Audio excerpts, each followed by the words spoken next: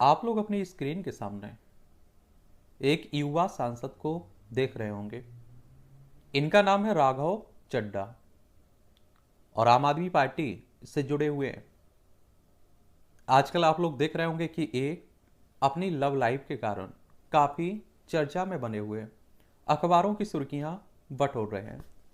तो आज हम लोग इनके बारे में एक सामान्य जानकारी देख लेंगे। इनका पारिवारिक बैकग्राउंड क्या है, शिक्षा किस तरह से रही है और राजनीति से किस तरह से जुड़े रहे हैं और इनसे की लव लाइफ क्या है, किनसे इनका अफेयर की चर्चाएं गर्म है और इनसे जुड़े कुछ विवाद भी हैं। उन विवादों पर भी हम लोग बात करेंगे। कुछ और पिक्चर आप लोग देख लीजिए। और ये इनकी माता है और जिनके कारण ये चर्चा में बने हुए हैं लव लाइफ के कारण, इन्हें भी आप लोग स्क्रीन पर देख रहे होंगे। इनका नाम भी आप लोग जानते होंगे। तो आप देखेंगे राघव चड्ढा का जन्म 11 नवंबर 1988 में दिल्ली में होता है। कहाँ होता है? दिल्ली में हुआ था इनका जन्म। और दिल्ली को अगर आप लोग देखना चाहें तो देखिए, हमारी प्यारी पृथ्वी है। एशिया में ये हमारा प्यारा भारत आपको देखने को मिल जाएगा। भारत में आएंगे आप लोग तो ये दिल्ली देखने को मिल जाएगी। नई दिल्ली इसकी राजधानी है। और आप देखते हैं कि यहाँ विधानसभा में 70 सीटें हैं, राज्यसभा में 3 सीटें हैं, लोकसभा में आपको 7 सीटें देखने को मिलेंगी। यही इनका जन्म होता है। और इनकी माता का नाम अलका चड्ढा और इनके पिता का नाम सुनील चड्ढा है। राघव चड्ढा ने अपनी स्कूली पढ़ाई modern school Barakhamba road Delhi से पूरी की है।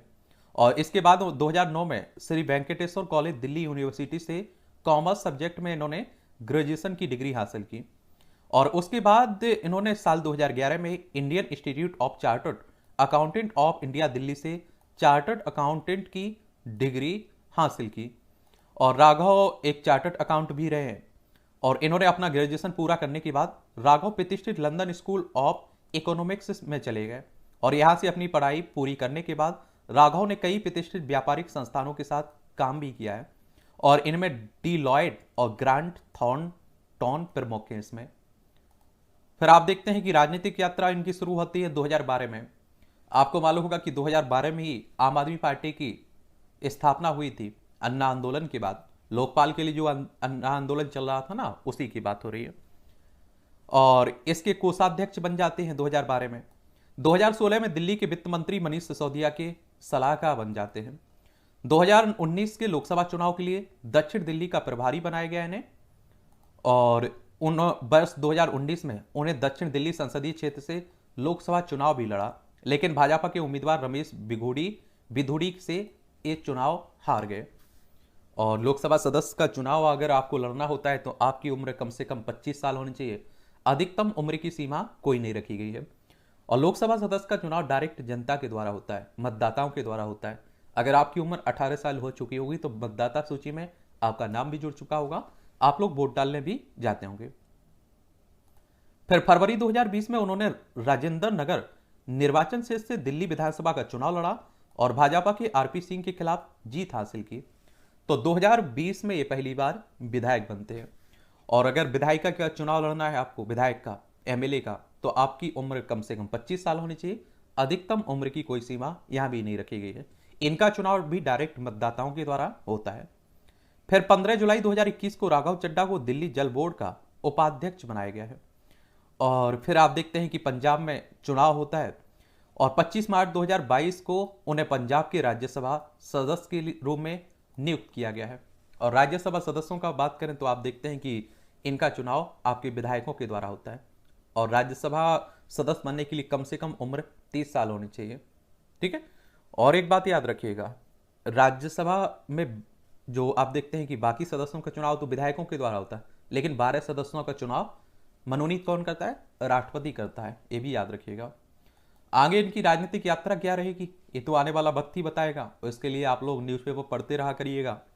आज के समय में तो सोशल मीडिया है, स्मार्टफोन है, तो आपको सब जानकारी मिलती रहती है।